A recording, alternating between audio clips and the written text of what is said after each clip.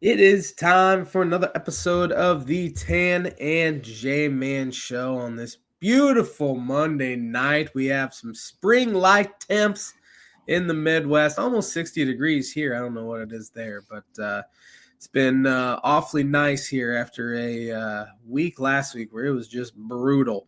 So we get a little bit of a glimpse of spring. You know, we only got 2 more weeks left of the Big Ten season. We have some spring training going on. Golf tournaments are heating up, and it's a fun time of year. But both of our basketball teams have stunk here the past couple weeks. Woof. And we're hoping winter slows down a little bit so we can catch their breath before the NCAA tournament. But I'm the J man. Sitting next to me in a different state is the Tan man. How you doing tonight, Tanner? Not so good, man. It was a rough sports week for me, for my team to lose to both, not just one, both of my least favorite teams in Indiana and Michigan State. It was rough, but I think what's frustrating, we'll dive deep into this during the podcast. I think what's frustrating for both of us is both of our teams are still what I would consider good basketball teams, talented basketball teams, but they're just not playing like it right now. They're both in ruts. And they've both had points in the season where you're thinking, man, this could be a special season. Yeah. And right now you're just thinking, oh man, this season's turned into a disaster. I'm at the point where I'm like, I don't know if they're winning another game. I've said the same. I've said the same thing. And man, it's Purdue's in real jeopardy of losing their streak of getting a double bye in the Big Ten tournament.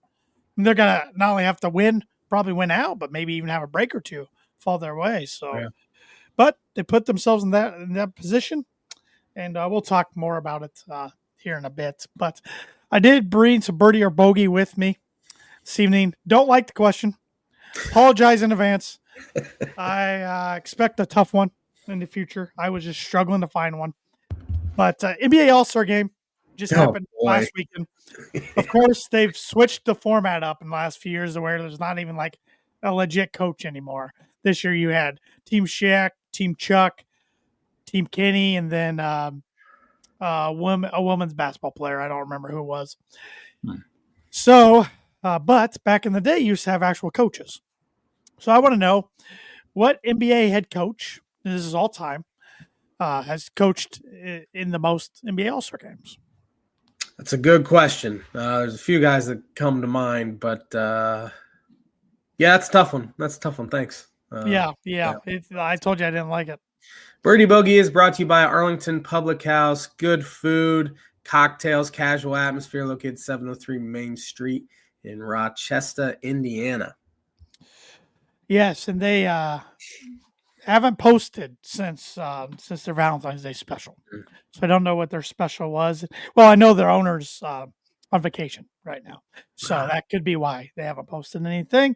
But if you're in the mood for a good steak, good pork chop, good seafood, good sandwich, good soup, good salad, any or all of the above, go check them out. Like J-Man said, 703 Main Street, Rochester, Indiana, open Thursday, Friday, and Saturday evenings right now. And I expect come springtime, they'll open up even more. So yeah, definitely. Gonna have to make a trip back. Yeah, I honestly, I haven't been in for a while either. I eat lunch at their, I guess we can call it their sister restaurant, Dreddy's place, quite often when I'm in Rochester. But I haven't been in Rochester around dinner time quite a while. Yeah. So we're both gonna have to make a trip there. It sounds like so. Yeah, but yeah, you said spring training started. I can't say I've watched a single pitch yet, but I'm going to try to find these. I saw pictures of all of the MLB Spring Training hats, and I want you to tell me who you think is the best.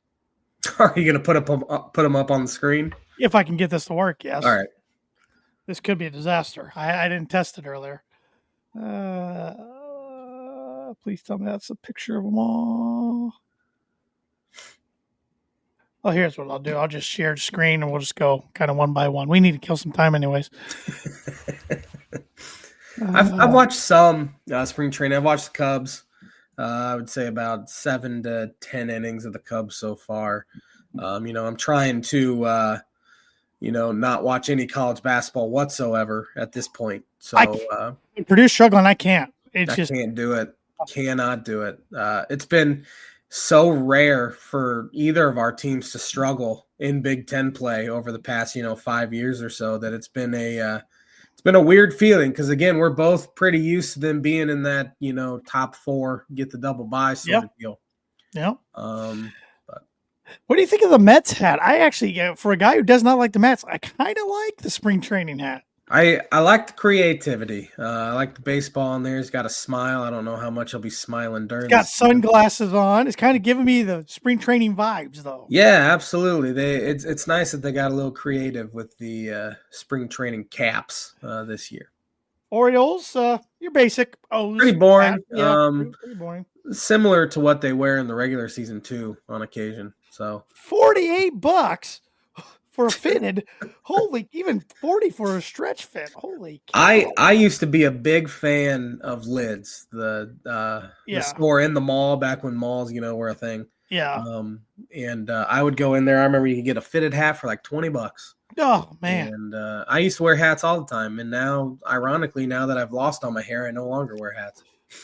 I wear a lot of hats, and I'm starting to wonder why that's why my hair's thinning out a little bit. But Yankees, as a Yankee fan, I don't even really like that hat.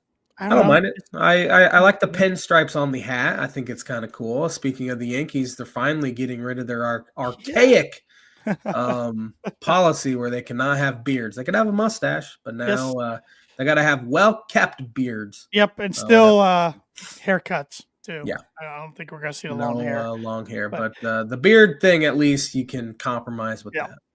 This Diamondbacks one might be my favorite one. That's cool. I like that blue and the rattlesnake. That's pretty cool. Yeah, that's pretty neat. That's pretty neat. Pirates. This looks like the Pirates. I was gonna say it looks like their alternate logo, I guess. Yeah. How about the Cubs? Baby blue with the royal blue bill. I don't think they've worn those yet. I could be wrong. Okay. But I mean, I like that. Braves, normal, pretty normal. Dodgers, cursive D. It's kind of cool. Yeah, kind of. It's crisp. It looks like a minor league cap. It does. I like the Rays. I like the light colors of the baby blue with I don't even know what to call that logo. Almost looks like maybe a ray of sunshine, maybe. There you go. But I like the yellow on the brim. That's good. Tigers. At first, I thought that was a Chicago Bears hat. I did too. Padres. Yeah. Mariners. That's kind of cool. Yeah. I would have made the logo a little different, maybe, but pop. Braves, Tigers, Phillies. I like that one. Liberty Bell. Liberty Bell, cool. Man, it's kind of neat. I think they've wore those before in the spring training. On their actual jersey, I think they have the Liberty Bell on their sleeve. Yeah. Let's see. Rangers, that's boring. That's just a different color. Yeah. I'm pretty sure they've worn something similar to that. Oh, good job to be creative, Cardinals.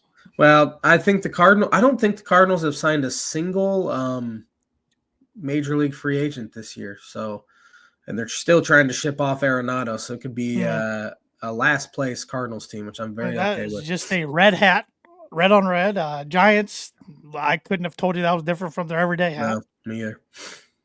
Red Sox, it's a little different. You don't see the black brim too much. Yeah, Marlins look about the same. And Marlins is about the same. Let's see here. Got 2 more pages. A's. That's kind of cool. Yeah, that's cool. All yellow with green A's logo. They are cityless essentially, or stateless even. They're just the Athletics this year. Kansas City, that looks like an alternate hat. Yeah, I was gonna say they've worn those before for sure. White Sox, pretty boring. Yeah, they gave up 9 runs in the first inning today. So, Nationals, that's kind of cool. That's different. First, I thought that was the University of Washington hat, and I thought it was Washington Commanders, and it had been, or Washington Commanders too. Yeah. Who in the heck? Oh, the Twins. Twins, yeah, that's interesting. That's a retro one. Blue Jays, that's classic Blue Jays. That's old school. I like that. That's a good one. Brewers, kind of ugly colors, but I mean it's their old school, but that's kind of ugly. Yeah. Same with the Astros. That's boring. Different shades of orange on top of each other. I don't know about weird. that. Pass. I've seen these.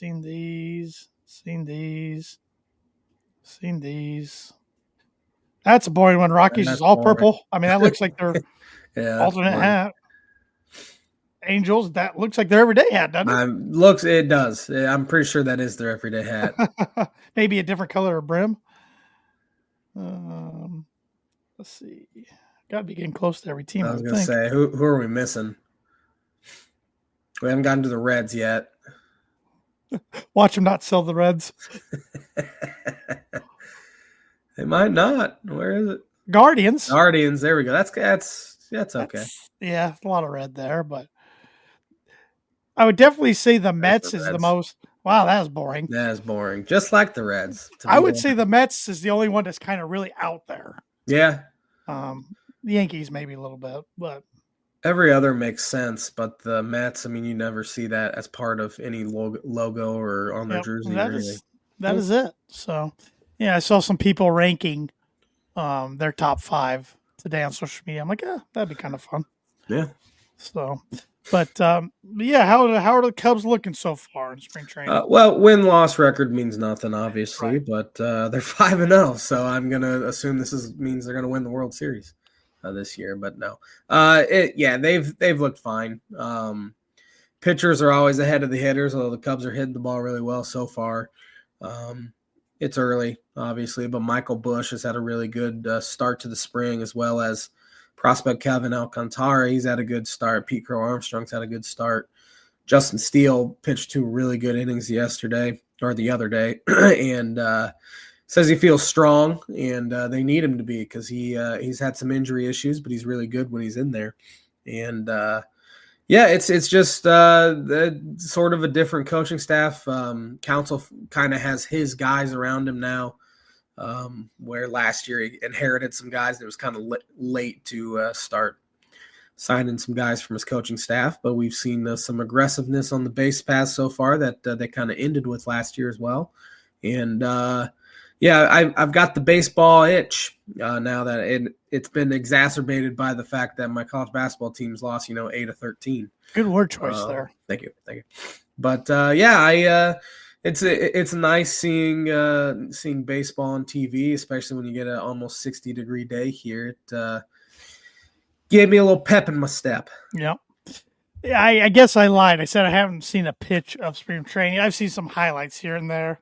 And one highlight, I follow a lot of Colorado sports accounts on X, including the Rockies. And the Rockies the other night gave up 3 runs on a sacrifice fly. That's why they play the spring training games, to work the kinks out. Pretty bad. A Chicago White Sox outfielder, Oscar Colas, took a fly ball off the noggin. It did not bounce over the fence. No Canseco, Jose? He did not get Canseco'd. It stayed in the yard, but he completely whiffed. He went up and literally whiffed and just bounced off his noggin. Stayed in play. Gonna have a nice goose egg probably tomorrow. Nice little shiner. Yeah. Nothing too extremes happened so far through the first, 4 days. Luckily, we haven't seen any big injuries or anything, luckily. Not yet. Something will probably pop up. Actually, we saw a scary moment, the Cubs on Thursday. Game 1 against the Dodgers, Michael Busch had a 106-mile-an-hour line drive right off the pitcher's noggin. And Bobby Miller. He's very, very fortunate to walk away with just a headache. No fracture or anything, but it ricocheted so far that the guy scored from second. Wow. On it. So yeah, he hit him pretty good. But I can't imagine how bad of a headache that would cause. Yeah. I'm sure it obviously scared the daylights out of him. And I've seen it's tough for pitchers to sometimes recover from that because you kind of are gun shy and don't finish your delivery because you're scared of just want to protect yourself. Sure. And so it'll, especially for a guy like Bobby Miller, who's with the Dodgers, who had a really bad year last year anyway. That's a pretty rough start to spring training for him. So hopefully he can bounce back. But another thing this time of year is it's officially this week, NFL Combine. Is it this week? Yeah. Wow, yeah. Well, the headliners is a lot of guys aren't doing much at the combine this year. Carter from Penn State's not going to work out the combine. He'll do interviews. Ashton Genty, same thing. Shadir Sanders, same thing. So a lot of these guys who are predicted in top 10 are going to do more of their workout. And we're starting to see this. Yes. More of their workouts on pro days on their college campuses, especially for quarterbacks to throw to their own guys. But they'll still, of course, meet with teams, do the interviews and such. But it's always interesting. You and I have been to one combine. We actually went to the combine where Patrick Mahomes, we didn't get to watch Patrick. We watched Cooper Kupp was probably the best player we saw. The first half of the alphabet we watched. The most notable quarterback is probably Josh Dobbs. Probably was. I remember, was it Brad Kaya out of Miami? I think he was CJ Beathard. CJ Beathard. Cooper Kupp was probably the best. Deshaun Kaiser. That's right, Kaiser. Yeah, we saw him throw. Yeah. It was a fun experience to do once. I don't know if I do it again, though. I think they've changed it even since we went. But the NFL experience part was a lot of fun. That's what I'd do again for sure. You just bump into, random legends of former teams, and then current teams owners. Or current teams owners. That wasn't I wouldn't say that was a moment I regret. No, whatever. Just scared the old man a little bit. I scared the old man. Dolphins owner Stephen Ross. I'm like, that's Stephen Ross. I'm going to say something to him, and it was him and it was Tannenbaum. He was kind of their GM at the time. Now he's the ESPN guy. But I go, fins up, and they both jumped, and it was not my finest moment. But remember that one guy, that Redskin, then Redskin fan, now Commander fan. He was running after somebody. It must have been one of the Hogs.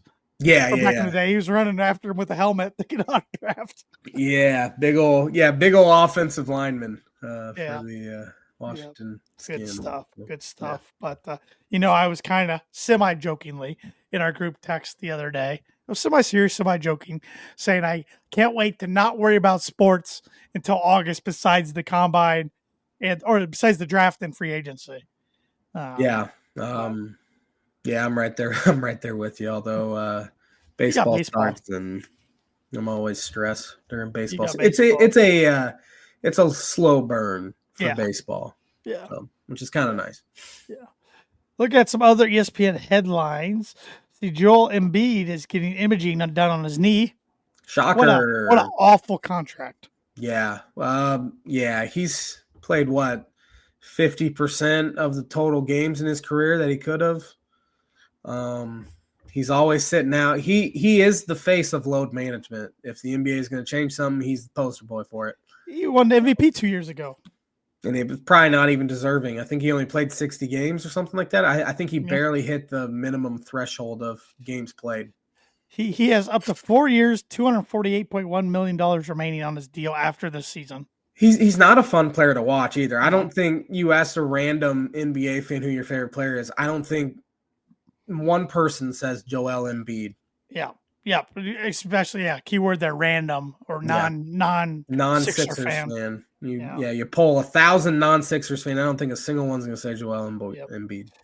There's an unidentified NFL team submits the proposal to ban tush push. They think it's Packers. It's got to be somebody in NFC. Yeah. I'm surprised there's nobody within their own division. Right. To be honest. But I don't know. Eventually, it's tough to stop. Don't get me wrong. Teams will figure out a way eventually. We're going on 3 years now? 4 years now. I saw in the Super Bowl, Chris Jones literally lined up sideways, and it didn't matter. So I don't know how you stop it. I don't know. Maybe the officials will take more of an interest in, which they have done more of, calling false starts on them because they do tend to jump a little early. But it's a rugby play, and I don't think it's almost unstoppable if you're less than 2 yards. First down or touchdown or anything. Yeah. Besides the combine, other NFL notes. Everybody's still waiting for Travis Kelce to decide what he's got officially get to do. I'm on the edge of my seat. Yeah, me too. And then there's some, just everybody getting ready for free agency because it starts on March 12th. Yeah, 2 weeks. Yeah. Rocking and rolling. And cap space has been up to, they said, in between 277 and 281 million. Yep. Which will help free up some space for some people. But it'll be interesting. I think who has the most cap space? Is it Washington? They're up there. I'll Google that real quick. Yeah, the legal tampering period, does that start the 12th, or does free agency in itself start the 12th? Or does tampering start the 10th? I think tampering the 10th, I think. Okay. The 10th is, which would make sense. 10th is a Monday, 12th is a Wednesday. The Commanders are third with cap. You got the Patriots number 1, Raiders number 2. Great. Chargers are 5. That's just fun. Where's Denver at in that? Yeah, I'm looking here. Let's see. 32, 31, 30, 29, 28. Dolphins are 27. That's higher than I thought they'd be. Or better than I thought they'd be, I should say. Denver's at 17th. Mid-pack, huh? And then they take a big jump after this season when Russell's contract gets all the way off the books. Yeah. It'll be it's always fun watching, that first week of seeing who signs with teams, and it'll give some things, and then the NFL never really stops until mainly June is kind of when it slows down a little bit. I love how the Cowboys said they're going to be aggressive. They're in the red. Yeah, they didn't do a single thing last year, and we saw how that happened. So I don't know how you can work some gymnastics in a sense to get out of cap hell, restructure deals and all of that, but then it catches up with you down the road too. I mean, look at what the Saints are dealing with still. It seems like the Saints have been in this terrible cap space for 5 years now, and because of all the restructuring and all of that. So were they still last? Who's that? Saints. Yeah. So. Well, we've went 22 minutes without talking any college basketball. I think it's time to dive in. All right. I am looking at some bracketology here by Jerry Palm, who's not. I don't even want to hear it, to be honest. Yeah, I don't think either one of us want to hear it. We're actually, they're both. He talks about both of them right here in the article. Yeah. But I don't even know where his full bracket is. Now there is one Big Ten team now on the top 2 lines. That's Michigan State. He has Michigan State as a 2. Yeah, I've been talking trash about them all year, but I think they're good. Obviously, I mean, you go into Illinois and beat them by 15. You beat Purdue, then you go into Michigan and win by double digits. I mean, that was a pretty prove it week. 6 days, and they. This is I still don't know if this is Izzo's most talented team of the past even 5 years, but this might be his last best shot, I'll say. I know you don't want to hear it, but he does have Illinois as an 8 in the Midwest. I'm okay with an 8 at this point. I'm starting to every time I see him, like, okay, Lenardi's going to have him as his first 4 buys, and I'm going to have to start sweating. But they're pretty safe unless they just implode. And the 1 seed, I mean, it's Alabama. I know they're good, but Illinois played them. So yeah, well, Illinois' defense couldn't stop us right now. So well, he's got Purdue as a 4, and the 5 there's Marquette, who already handled Purdue. Marquette's kind of doing the same thing Purdue's been doing. They've kind of started to lose. And games. Auburn's the 1. That was fun. Already watching one time. Wasn't really fun, was it? Yeah, that was just actually the way Purdue's playing right now. They probably lose a 13 seed High Point. So Alan Huss. Yeah, Illinois, the 9 seed would be Baylor, according to wouldn't be all that great either. He has Indiana in as the play-in game and the 11 seed against Wake Forest. I haven't seen Lenardi today, but I assume he's bumped him up to pretty dang close to being in. I assume so. Yeah, it'll be interesting because I mean they have two really good wins at Michigan State, in Indiana, or against Purdue at home. At Ohio State's a pretty good win as well. But other than that, their non-con stunk. We talked about this last week. They don't really have any other wins that you just think are awesome. Killed at Iowa. They beat like Rutgers at home. They've beaten at Penn State. At the time, looked like that's a pretty good win. I think it's still it's hanging on as a quad 1 win. They play them one more time too. They play them at home. Play Ohio State at home. And they play Ohio State. So they're scheduled the rest of the way is at okay. Washington and Oregon still. Again, I assume those are their final 4 games. Yeah. They could easily run the table, and I think if they run the table, they're in. And hopefully Woody comes back. That's best case scenario for them, though. They make the tourney and Woody's still gone. He's not coming back. I mean, he's already said gone. So. He's gone. So yeah, they've started playing better. Yeah. Took them long enough, but Lenardi hasn't done bracketology since the 21st. Oh, okay. So he had him as one of the next 4 out. But yeah, I'm sure they're in the first 4 out now. First 4 out, or in. The bubble just stinks this year. Yeah, it's not good. So that's a saving grace for teams like Indiana and Nebraska, and Ohio State's still hanging on, although getting whooped by a Barnheiser and Leachless Northwestern team at home might be the dagger for them. Absolutely. At this point. Absolutely. That was ugly. Going back to Indiana, Mike Woodson, it's interesting for as mediocre or in some fans' eyes bad as he has been at Indiana. He's done pretty well against Purdue, 4-4 record. That's better. Purdue. That's and better he's got Crean, a pretty right? good record. Yeah. He's got a pretty good record. Well, let's see. You had a stretch where they were better. Swept them back-to-back years. Yeah. Yeah. So he was there longer, but way better than Archie. I forgot about Archie. He also has a pretty decent record, I think, against Michigan State. Woodson. So it's kind of weird how he can get his teams up for certain opponents. Right. For other ones like the Northwesterns or the who else went in there won? I don't think they'd ever beaten Wisconsin since he's been there. Yeah, well, nobody has beat one at Wisconsin since '98 for Indiana. Yeah, and it seems like even Wisconsin goes into Indiana and beats them. Yeah, more often than not here recently. But I hit on it at the opening of the pod. It was a bad week for me in this household. I didn't make things fun for my wife, that's for sure. Starting off Tuesday night with losing at Michigan State, I was pretty animated. Even though I didn't expect a win going into that one, I just don't like losing to them, especially when Purdue had a 5-game win streak over them. I wanted to keep that going. Didn't happen. Then yesterday, I felt all right going into the game. Knew it was going to be tough. But to go back and forth early on, then Purdue got hot in the first half. They're up 12. I'm feeling pretty dang good, to be honest.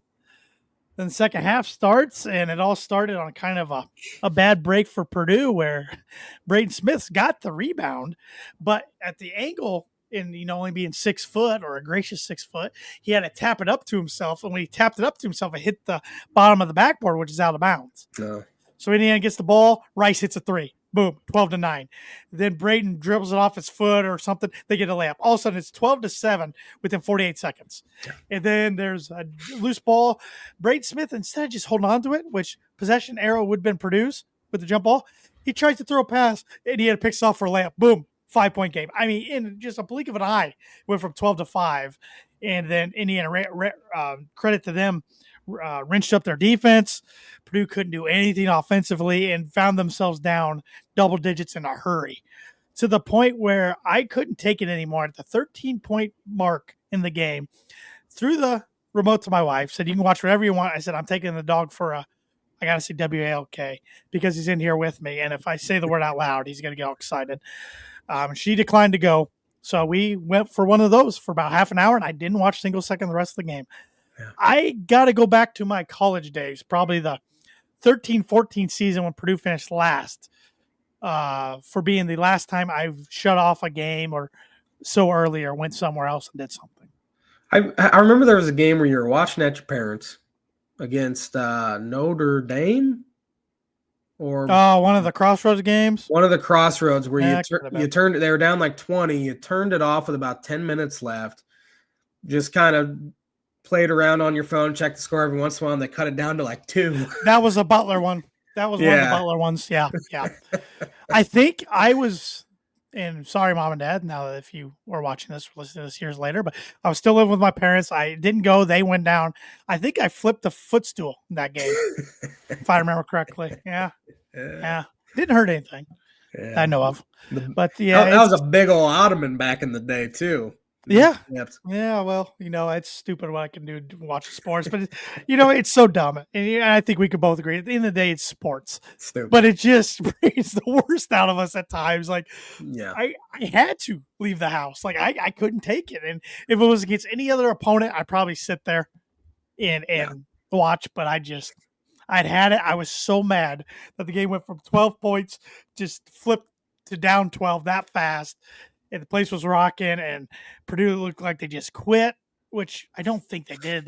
This team struggles when they get down double digits. They don't fight adversity very well, and it's very surprising because they're, a junior-led team with 3 pretty good juniors who have been through a lot in 3 years, pretty much played a whole career of college basketball almost as juniors, but this team's just not responding. And, the blueprint's been out on Purdue though since January, and somehow teams still weren't exposing it. Well, now they've been exposed. I mean, it's 4 straight losses. First time that's happened since the 1920 season. You got UCLA coming into town Friday night, Rutgers next Tuesday, then at Champaign next Friday night. So 3 games that are not going to be easy. I mean, UCLA, their guards get after you on defense. Yeah, so forced turnovers. I think they had the highest turnover rate in the Big Ten. Defensively, and one of the highest in the country. And they don't give up many points either. Yep. But the thing with UCLA, they don't have an alpha dog that's going to go score for you, so they got to keep it in like the 60s. Yeah. It's brutal right now. It's just, it's. I mean, 2 weeks ago tomorrow, Purdue was playing at Michigan in first place in the Big Ten, and the season's flipped in 2 weeks. But it also shows you, and I'm trying to be optimistic here, maybe for both of us, how quickly things can turn as well. Things can turn, sure. But man, it's not a good feeling. You want to be playing your best basketball going into March. Yeah. Right now, neither of our teams are doing so. Yeah, both of us have gotten used to our teams getting hot. I mean, right around this time last year, Illinois and Purdue. Well, Purdue was good all season, but Illinois just took off. I mean, they lost at home to Purdue. Was that the second to last game of the year? Yeah, and a really good game. But then they whooped Iowa in Iowa, then won the Big Ten tourney, then get all the way to the Elite Eight. But now this year, I mean, they fought the flu bug, and I'm so sick of that freaking excuse. There have been rumors swirling that players are unhappy, and it's been a constant battle. That's going on at Purdue too with Twitter, all Twitter stuff, how players aren't reacting to tweets very well. Then stay off of it. Stay off of it. I mean, tomorrow night for Illinois will be fascinating. You play, I would say, their biggest basketball rival in Iowa. At least it has the most hated. Crowd will be rocking. Obviously, it'll be a sellout. Coming off literally the worst defeat in the history of Illinois basketball, 45 points, where it was over from about the 14-minute mark of the first half. Execution was poor. Duke is really freaking good. Yeah. Duke and Auburn, I think, when playing good, are better than anyone. I think they're better. Yeah, they're a different level. Yep. Yeah. But they kept Cooper Flagg in check in the first half and still found themselves down 17. I thought from the little bit I watched first half, I didn't think Illinois' offense was that bad. They were getting whatever they wanted. They just couldn't stop at the rim. They started, I think it was 17 for 19 at the rim. The problem was they were still jacking up threes, and they started 0 for 17 from 3. Yeah, that's oh my gosh. Since the Oregon game, which was January 2nd, they are shooting 26% from 3, and they're continuing to shoot it at a clip that is higher than any team in the Big Ten. About 40% of their shots are from 3. Underwood's sick of it. He said after the game, somebody's either got to man up and make some shots, we just got to stop shooting them. And I don't think it was an effort thing. I think once they got down 30, which is easy to do. I'm going to give them the benefit of the doubt on that. At Wisconsin, I thought they battled all game. They just couldn't get enough stops. They would cut it down to 6, cut it down to 7. John Tanji would hit some step back bull crap 3. Been there. Go up 10, 11, and it was just – and then Wisconsin went on around the final 4 minutes and made it 20. They've only lost by 20 or more points 13 times in the Brad Underwood era, and 3 of them have come within the past 9 days. They haven't done it very often. They usually fight until the final whistle, but all kind of came to a head on Saturday, and I'm hoping on Wednesday they come out, play with a little bit of pride. because you lose this one, then you have at Michigan, you have Purdue.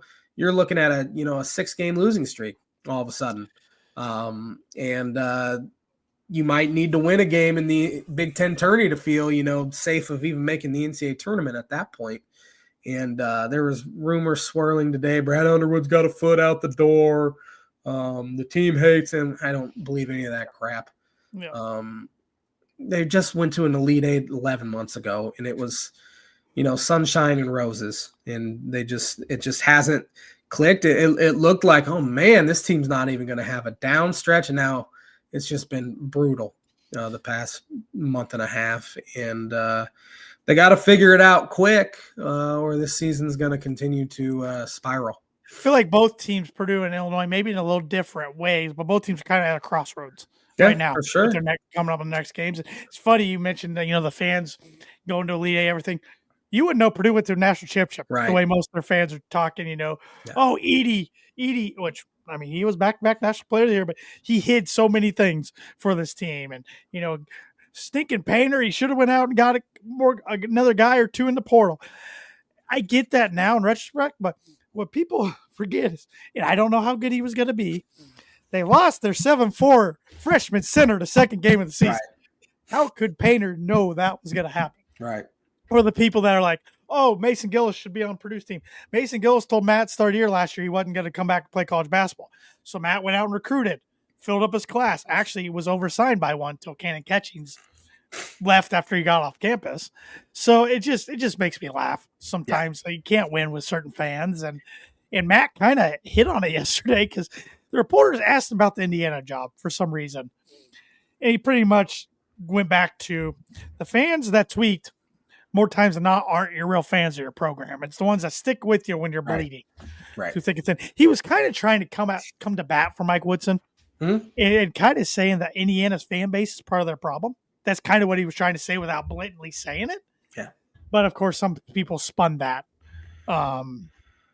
But also, I think he was just mad at his own team afterwards.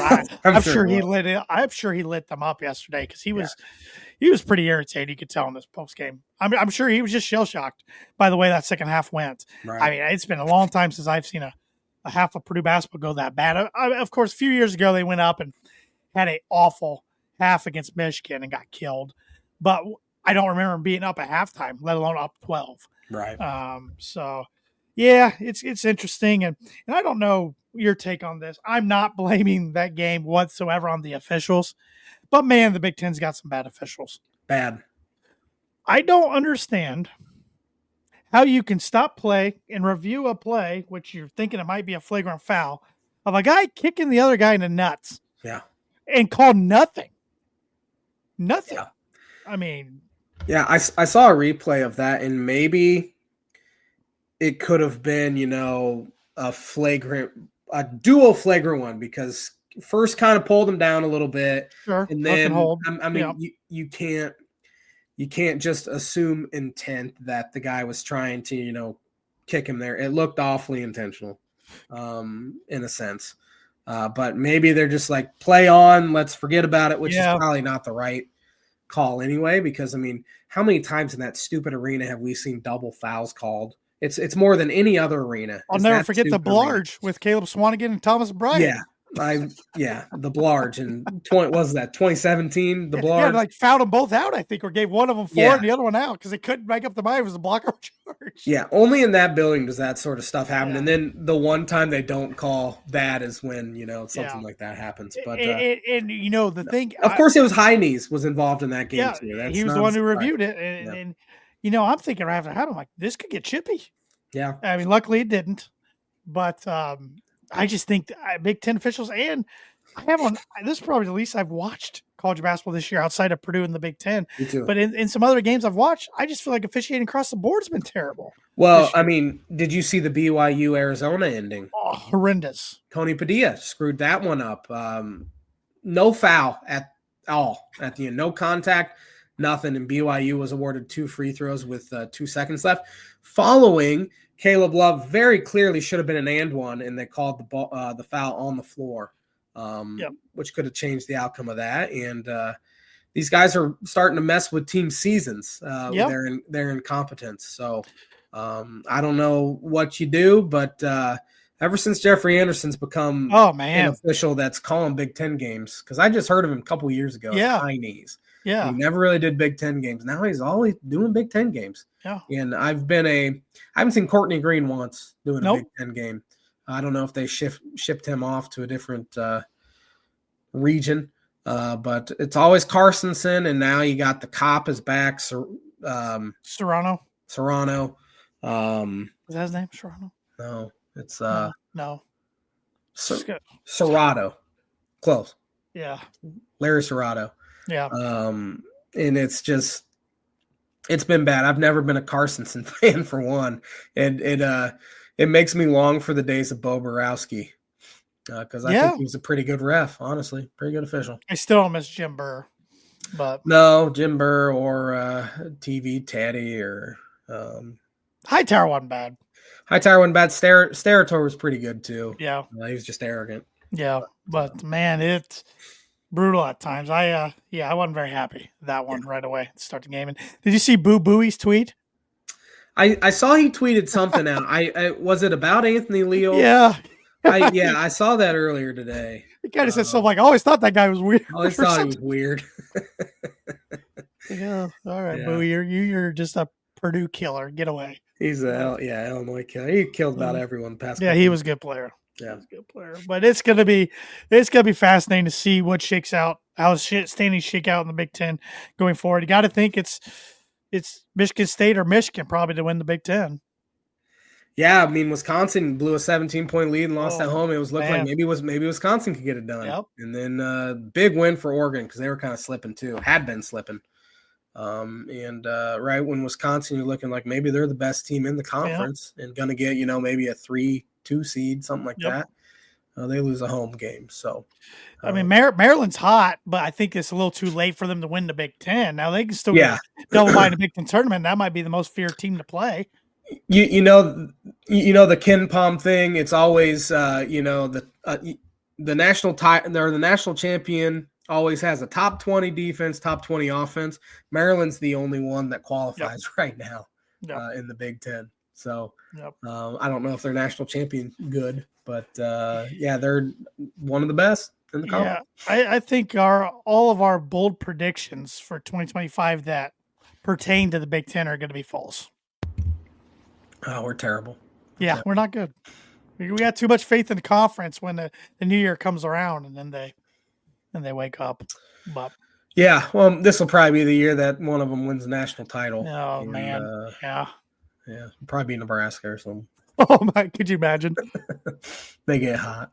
Could you imagine? That'd be amazing.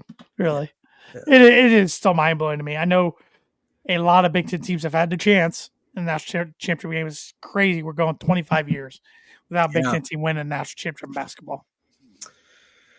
Yeah, we always said I think it's because all these other conferences have more NBA talent, and that could be. I mean, but then you look at the ACC has been garbage here the past couple of years. But I would say if I were to put a bracket together right now, I'd probably pick Duke. Yeah, in the national title. So, I don't know what it is, if it's because of the officiating. They officiate them differently. But again, teams have had opportunities. I mean, Purdue last year, you've had Michigan a couple times, sure. Michigan State's a couple times, Ohio State, Wisconsin. Illinois. Indiana's had a chance. Wisconsin. Yeah, for sure. Yeah. So, Yep. And if I was a betting man, I'd put betting odds on Duke to win it next year because whenever the Final Four is in Indianapolis, that's when they win their national titles. So, weirdly enough. So.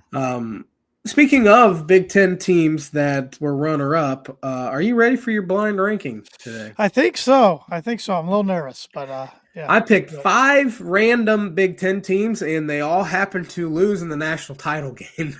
So, starting with the 2012-2013 Michigan Wolverines. Oh, good team. Very. Beeline, good coach. I hate always starting at 3, so I'm going to put them at 4. 4, really? Yeah. Of course, I'm looking at my list. You have no idea what my list is. Yeah, I have no idea what's coming. So now I'm like, oh, great. Great. It might make sense. 06, 07 Ohio State. That team was tough. Odin, Conley, everybody remembers them, but they had some good role players too. Yeah, if they don't run into Florida, they probably win it all that year. Yeah. I'm going 2. 2, okay. That makes it more interesting. Okay. Who to do next? 14-15 Wisconsin. Man, they're really good. A lot of pros on that team. Mm-hmm. I like putting them at 3 because I think you got a particular team still in the holster. Okay. 08-09 Michigan State. Well, shoot. I was thinking the 2 teams remaining, and you didn't say one of them. So 08-09 Michigan State. I didn't think that team was that great, even though they made the championship. I'm putting them at 5. All right. Your number 1 team is the 04-05 Fighting Illini. That's who I was hoping. Honest to God, it wasn't even Purdue I was talking about. It was Illinois. Yeah. It was that was the best Big Ten team I've seen. So. Man, I should have switched up and put the 01-02 Indiana team. They would have been 5. To see, well, I would have put them last, and they. Oh yeah! Oh God! Yeah. Yeah. But no, I think that's a pretty. Yeah. I might switch. Man, that 2012-13 Michigan team. Yeah. Good with Burke and Stauskas and Hardaway and McGarry. Yeah. I like that Wisconsin team a lot though too. I might have switched. I might have put 06-07 Ohio State at 4 and Michigan team at 12-13. That's the only thing I might have done. Ohio State team was so darn tough back then to match up with. So you had Conley with quickness, and Odin was just a force. Yeah, Daquan Cook, and except that team should have been out probably by Xavier. They should have been, yeah. So, but usually teams. That Wisconsin team's the one that knocked off Kentucky. Yep, that was the 1 seed. They almost beat Duke. That was a really good Duke team too. With the year before, they took Kentucky to the brink. Yeah, and I think that was the 8-seeded Kentucky. Yeah, that was the one that won me some money. That won you money. Yeah. Yeah. Yeah, that's going to be the blind rank this week. Yeah, I like it. And that's the blind ranking segment, which is brought to you by, like is every week, Performer Print 2 Promo Group. If you're looking for a trustworthy, dependable resource for your next trade show, company picnic, or a sales meeting, Performer Print 2 Promo Group has over 50 years combined experience. That's right. That's 5-0 in promotional products and commercial print. They strive for fast and efficient response to all your print needs. You need to look no further. Let them be your one source print and promotional company today by giving Barbara Van Weinsberg a call at 574-210-3815. You definitely don't want your brand's logo to be blind to customers and potential customers. Yeah. So make an order today. Do you want to pick some games real quick? Yeah, and we still have on this day to do too. Yes, we do. We have Michigan at Nebraska tonight. Michigan. Yeah, give me Michigan. Northwestern at Minnesota tomorrow. Oh, man. It's a big one to give me Minnesota at home. I think that's got some Big Ten tournament implications, but yeah. Give me Minnesota at home as well. Washington at Wisconsin. Wisconsin, big. Yeah, Wisconsin. Iowa at Illinois. Illinois. I'm not even just saying this as reverse psychology. I don't know how Illinois wins another game, so I'm taking Iowa. Teams are shooting about 60% from 3, and Iowa can light it up. They can. They can. We'll find out a lot about Illinois tomorrow night, but give me Iowa. Michigan State at Maryland. I'm taking the Terps. Give me the Terps at home. That place will be rocking. Yeah, well, usually doesn't. Penn State at Indiana. It'd be Indiana. It'd be typical Indiana to lose. It would. It would. I think Indiana gets it done at home. Ohio State at USC. Give me USC. The way Ohio State looked at Northwestern left a bad taste in my mouth. Yeah, give me Ohio State just to be different. Rutgers at Michigan. Michigan.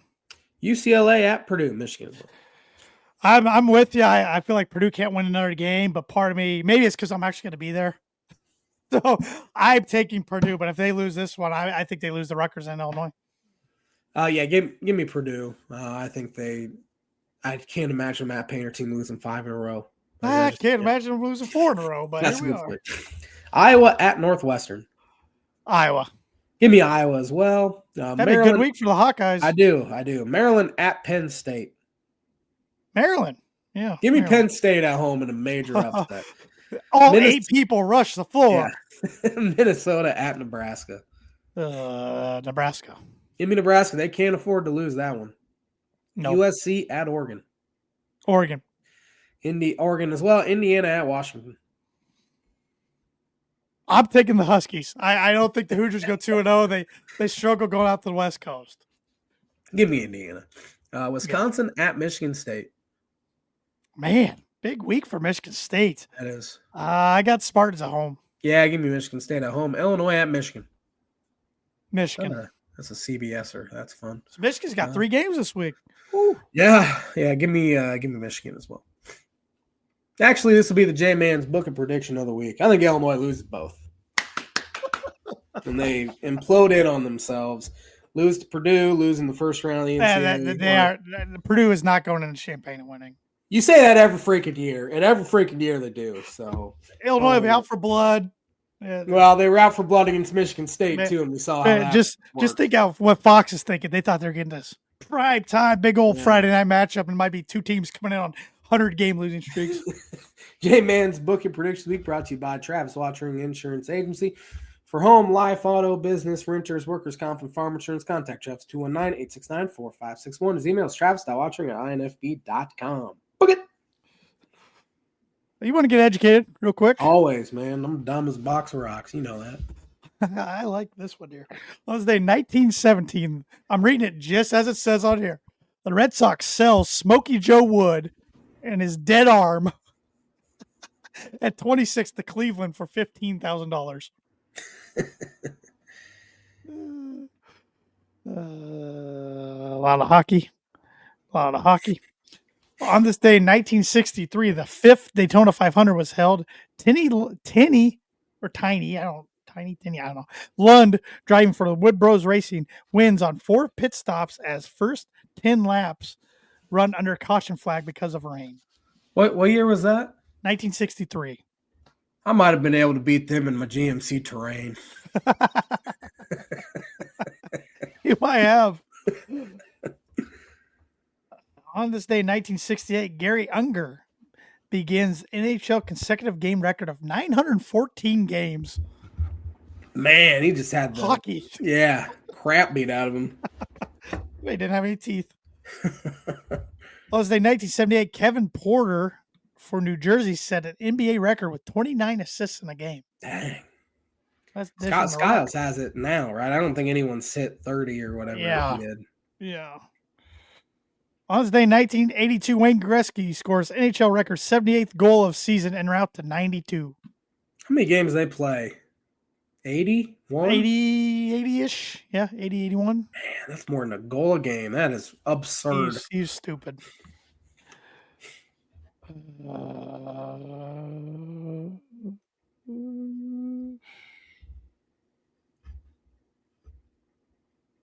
A lot of hockey, Winter Olympics. On this day, 2013, the 55th Daytona 500 was held. Jimmy Johnson won his 2nd Daytona 500. Danica Patrick became the first female to start from the pole position. Also, the best ever finish by a female at Daytona 8th. She never did win NASCAR race. She was a lot of hype. Yeah.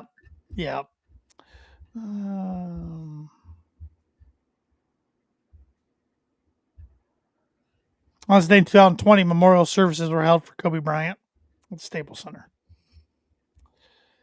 All the rest is Olympics, so I'm not going to bore you with that. So, down this day segment is brought to you by, like it is every week, Mooney Woodcrafts. Mooney Woodcrafts is a veteran-owned and operated woodcraft shop based out of Texas with Indiana grassroots. They provide 100% hand-cut custom designs that fit your needs, and their pieces are a great addition to any home, office, or man cave. You can see some of the recently completed projects by visiting them at Mooney Woodcrafts on Instagram and on Facebook. And if you let them know the Tan and J-Man Show sent you, you get 15% off your first sign order. Get those sign orders in. Yes, sir. Anything else, J-Man, you want to hit on before we wrap it up with the Birdie or Bogey? Victor Wembanyama out for the season with a blood clot in his shoulder. So that's pretty scary. Yeah, it sounds like the right thing to shut him down. Yeah, shut him down, get that taken care of. Obviously, ridiculous upside. And he's had a great year, too. Will likely be the defensive player of the year. He's averaging, I think, 4 blocks a game. Having a just sensational year. And this might help the Spurs tank and get Cooper Flagg. And you're going to have Fox, Flagg, and Wembanyama. That's a pretty dang good big three there. Pop's still coaching. He's not though. He had a mini stroke back. Oh, I didn't see that. November, and he's shutting it down for the rest of the season. And I did not see that. Wow. His future is a question mark right now. Oh, okay. So, I misspoke. I thought he was still. Yeah, it just came out a few days ago. I want to say Saturday, so it hasn't been that long.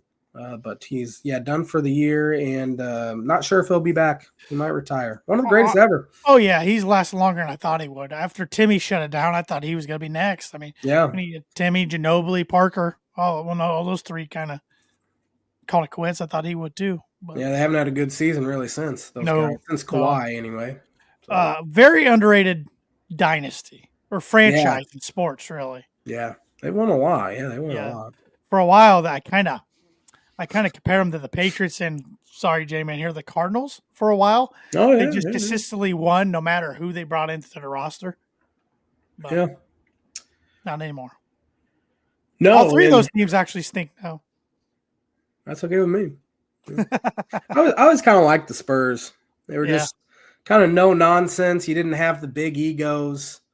You have the big three in Boston or the big three in Miami. You just steady. Tim Duncan, the big fundamental. He was boring. Put up 20 and 10. He'd block your shots. Good, passer for his size. He had that little bank. Underrated trash talker, they say. Underrated trash talker. I think it was Kevin Garnett told a story how he'd be like, he'd miss a shot or something, and Dunk would be like, "Hey man, almost." And that just gets under your skin so much more than the actual talk. It's almost like the Andrew Luck. Good hit, man. Yeah, good hit, man. Good hit. Almost. So close, man. That would just make you mad. It would. Yeah, it would. It really would. Or I heard a story the other day about Shaq. Didn't know Yao could speak English till like the fifth season they played against each other. Yeah, it was something like, oh man, I forget. He like had a nice shot over him or something, and Yao goes, "Hey man, nice shot," and he goes, "Thanks, my brother." And that's how he found out he could speak English. Oh man, little Shaq. Oh man, hit me with that birdie bogey. All right. What NBA coach has coached in the most All-Star games all time? I don't know how they choose their All-Star game coach. I don't either. I assume it's the two, at least what is in baseball, the two league championship winning managers in baseball. I would assume it'd be the conference championship winning teams, their coach. Whoever that, I know it was at one time at least. So, so that's why I have a couple guys. Don't tell me if any are right, but I'm thinking it's either Phil Jackson or Greg Popovich. Those are my two, and I'm going with Phil Jackson. Shoot, either guy correct? Nope. Well. Red Archibald with 11. Archibald, tiny Archibald? Yeah. Arback. My bad. That makes more sense. Red Arback. Why did I say Archibald? I was thinking of him, 11. But then like, man, I think Phil went to more though. Yeah. I don't know. Like I said, I don't know what the criteria is. He was the only one with 11. So yeah, we are. I would have thought Phil Jackson. That would have been my guess. Yeah, we are combined 7 under, and we're just 6 weeks. 7 over, you mean? 7 over. I mean, we're 7 weeks into the season. Oh boy. Thanks for watching the Tan and J-Man show. Hopefully, we'll be in better moods. We'll be a little more positive. Hopefully next week. We'll see how she goes. Have a fantastic week, everybody.